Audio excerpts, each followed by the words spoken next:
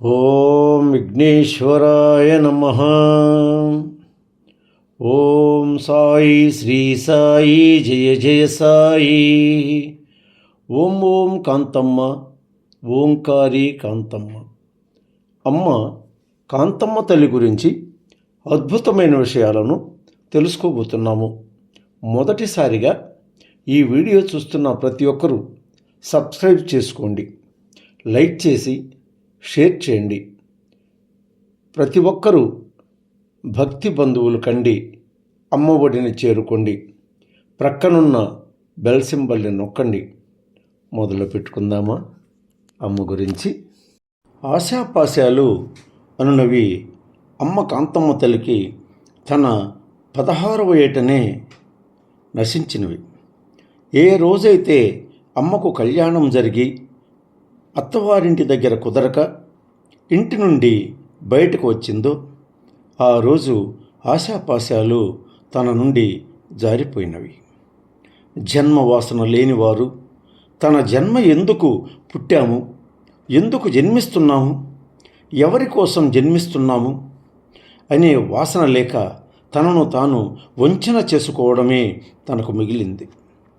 అవధూత అంటే దుమ్ము ధూళికి ఏకమై తనపై బడెడి దుమ్మును సైతం తుడువక తలపునైనా తలవని తలంపును తన దేహాన్ని సైతం ఎలా ఉందని గాని దానికి ఏమైనా కావాలా లేదా, అసలు నేను దేహపునితమేనా, నేను దేహపూరితం కానా అని ఆలోచనను విడిచిన వాడు దూత. అవధూత తత్వం ఎలా ఉంటుంది అంటే తత్వం తన తత్వాన్ని మరచి పరతత్వాన్ని కలిగినటువంటి వారు తత్వలు.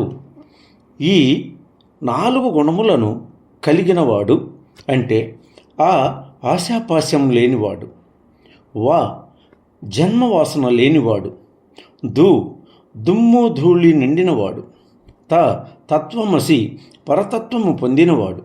అలా అమ్మవారు ఏ ఆశాపాశానికి ఎగప్రాకలేదు.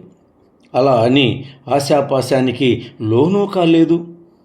అత్తమామలు తరిమివేస్తే పాశారత్న గర్భస్య ఖచ్చితమైన తల్లిని తండ్రిని అంటిపెట్టుకోలేక తాళి కట్టిన భర్తను సైతం వదిలి తను ఒంటరిగా జీవితాన్ని ఏకం చేసిన వారై పంటచేల గట్లను దాటి బీడు భూములను దాటి పచ్చిక బయళ్ళు దాటి కీకారణ్యములను సైతం లెక్క చేయక అంగాంగపూరితురాలై ఆకలి దప్పికలను మరచి తెగిన గాలిపటంలా ఎగిరిపోతున్న పక్షికి ఊడిన రెక్కల రాత్రనక పగలనక సంచరించుచుండ కొంతకాలానికి ఒక దిగంబర స్వామి ఇచ్చిన ఉపదేశాన్ని విడువక తను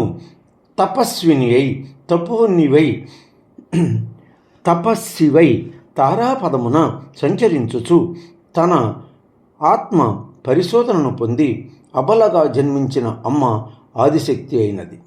నిండుగా పూసిన సిరిమల్లె చెట్టు వలె వికసింపవలసిన అమ్మ ఆశాపాశాన్ని వీడి వనిత లక్షణికారి అయి వనమునందు విహరించినది. జన్మనిచ్చిన తల్లిదండ్రులు చేదరించుకుంటే అత్త గయ్యాళితనము తనను ఏవగింపునకు గురి చేస్తే ఏది చెప్పినా విని ఊరుకున్న భర్త, చెల్లెళ్ళు, తమ్ముళ్ళు అనే బంధము తెగనట్లు తన కంటి కొన చూపును తాకుతూ రాలిన కంఠధార తనను వీడి మమకారపు కాంతులను కలిగిస్తూ ఉంటే తనను తానుగా రాయిగా మార్చుకుని ఎట్టి అసౌకర్యానికి గురికాక